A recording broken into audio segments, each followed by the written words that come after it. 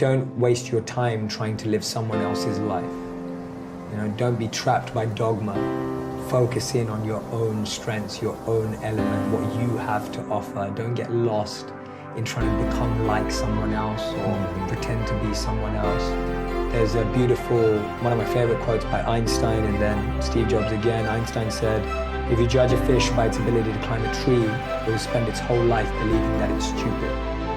And too many of us are fish trying to climb a tree. Too many of us are monkeys being taught how to swim. Too many of us are lions being taught to live like cats.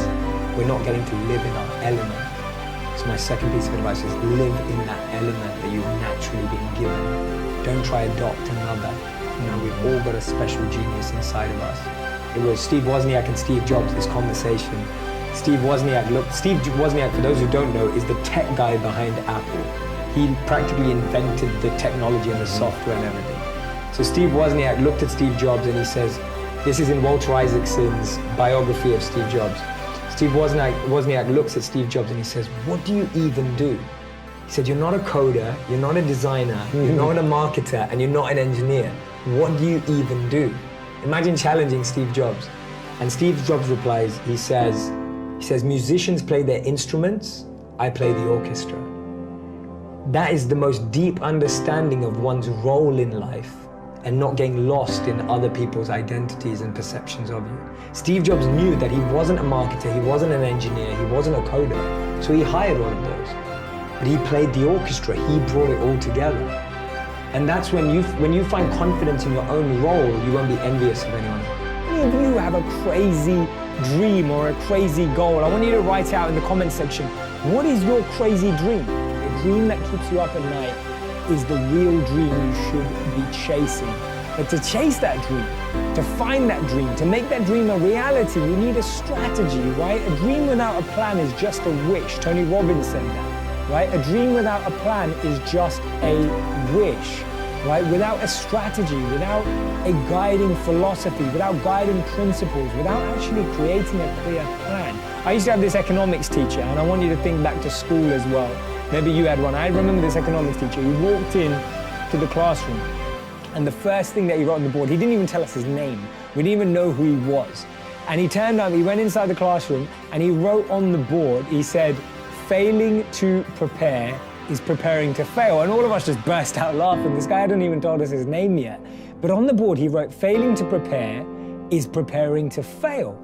And now when I look back at that, and as I grew up and hopefully became a bit more mature than I was in high school, I remember thinking about that statement. I'm thinking, how true is that? That when you're not prepared for something, you miss out on unbelievable opportunities.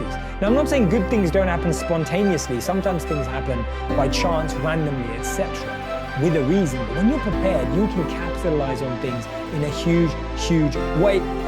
Mark Zuckerberg said it brilliantly at Harvard. He was saying that finding your purpose isn't enough. You have to help other people find theirs. And I know you're passionate about this. Whatever that definition is, but it has to lead everyone. So whether I meet a celebrity, an entrepreneur, or whether I meet someone who's starting out, I'm always asking them the question, how can you use what you have to make a difference in the life of other people? Yeah. Because if you start there, everything else will work out. But if you're starting from the point of what am I gonna get, then you're always gonna feel disconnected. And I see that. I see people who live like that and feel pain in their lives every day. I see that. It's not like some conceptual philosophy. We see it. I see people who are only in it for themselves and they feel disconnected, dissatisfied every single day. And then you see the other extreme where people are just trying to give too much more than they even have themselves, and they also feel disconnected. Wow. And again, and they have nothing at all. And they have nothing at all, right? So we know, again, attachment and aversion, two sides of the same coin. So we want to be in that dynamic balance of growth, but always to give.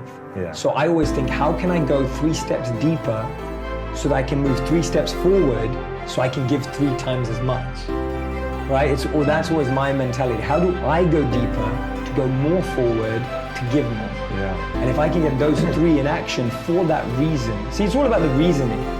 You can do anything you like, but it's why are you doing it? Yeah, you know, of course. Right? Yeah. It's incredible that we root for underdogs. It's incredible that we want underdogs to win. Why? Because we're used to wanting our team to win. We're used to wanting the best to win.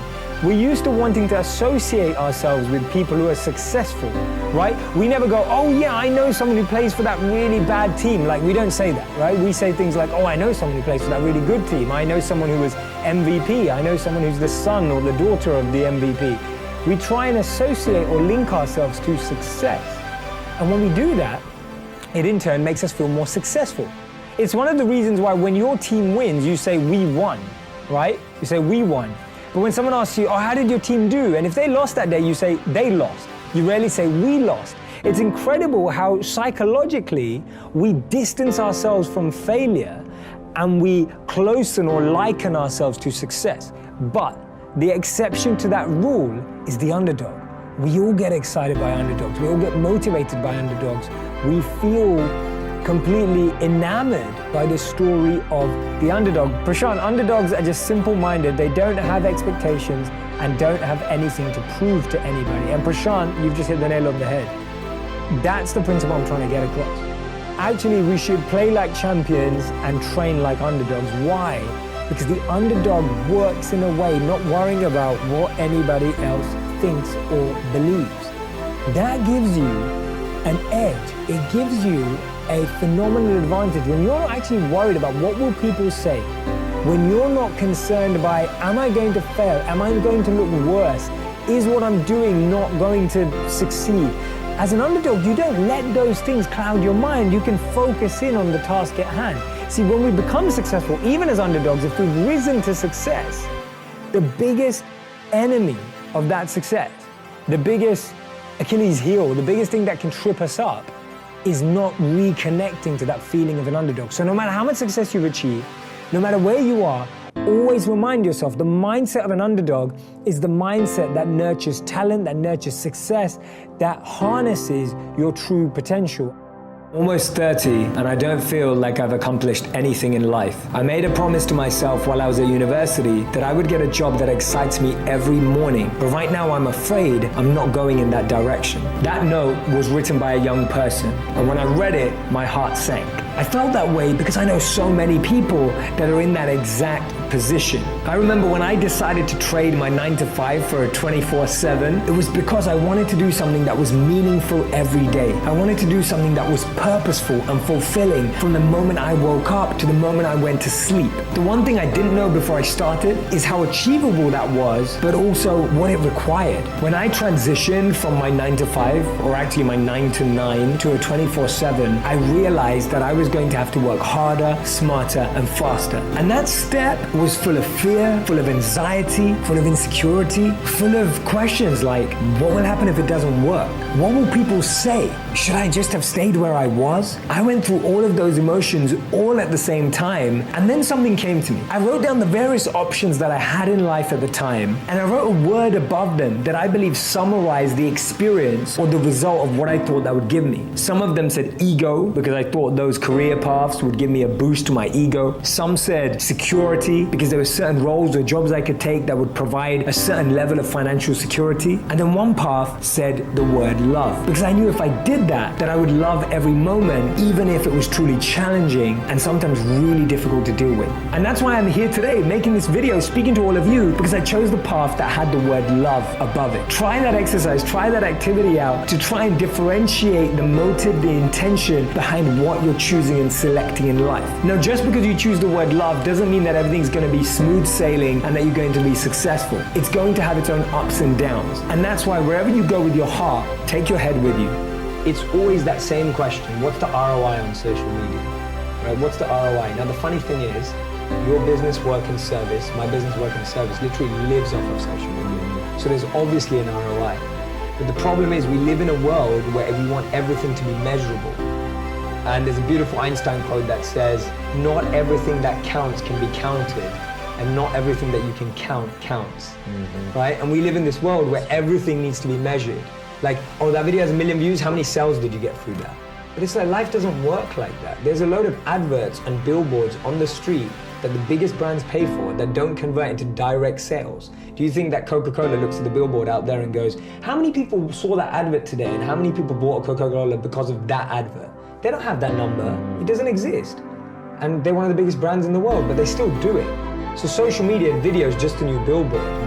And the biggest brands know that the more you see it, like, I mean, this is funny, I saw this today. I saw a big billboard outside of my hotel that has all the Jenners and the Kardashians wearing their Calvins. Have you seen it? Yeah. Right, I saw it straight away this morning, then I saw it on Instagram, and then I saw it everywhere. So already, I've seen it in 3 places. Now, I don't need women's Calvin underwear, but the point is that I've seen it in a million places. So anyone who's not using video hasn't understood that more people are gonna see video than anything else.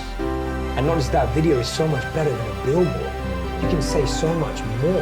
Right. So for me, it's just a lack of seeing opportunity. There's a great, I think this is a old tale, it's not true, but it's told that when Nike first went to India, they went there, and it's not Nike, it's any sneaker brand, it's a nice story. And when they first went to India, they saw everyone was barefoot.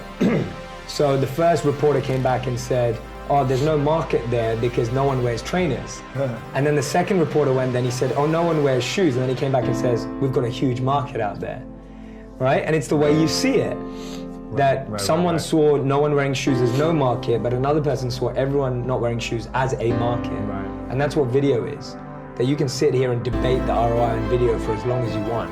The truth is, every major brand has invested in a front window that may not translate to direct sales or work or whatever it is, but it does. Do you think every brand should be using video? Every brand should be using video. There's an incredible study in 2017 that said the most successful people in the world, healthy, wealthy, and wise, choose education over entertainment. The impact I want to have in the world is I want to transform and revolutionize the entertainment industry so that it becomes educational without anyone knowing. So it's still completely entertaining. It's still like watching Netflix, but you're learning about human behavior, the mind, neuroscience, and everything without even knowing you are. To me, that's the greatest win that we can have for our society. How many people are going to quit watching Netflix and reading a book every night? I don't know. But if we can make that book come to life on Netflix, that's going to change the world, because that's what people are going to consume.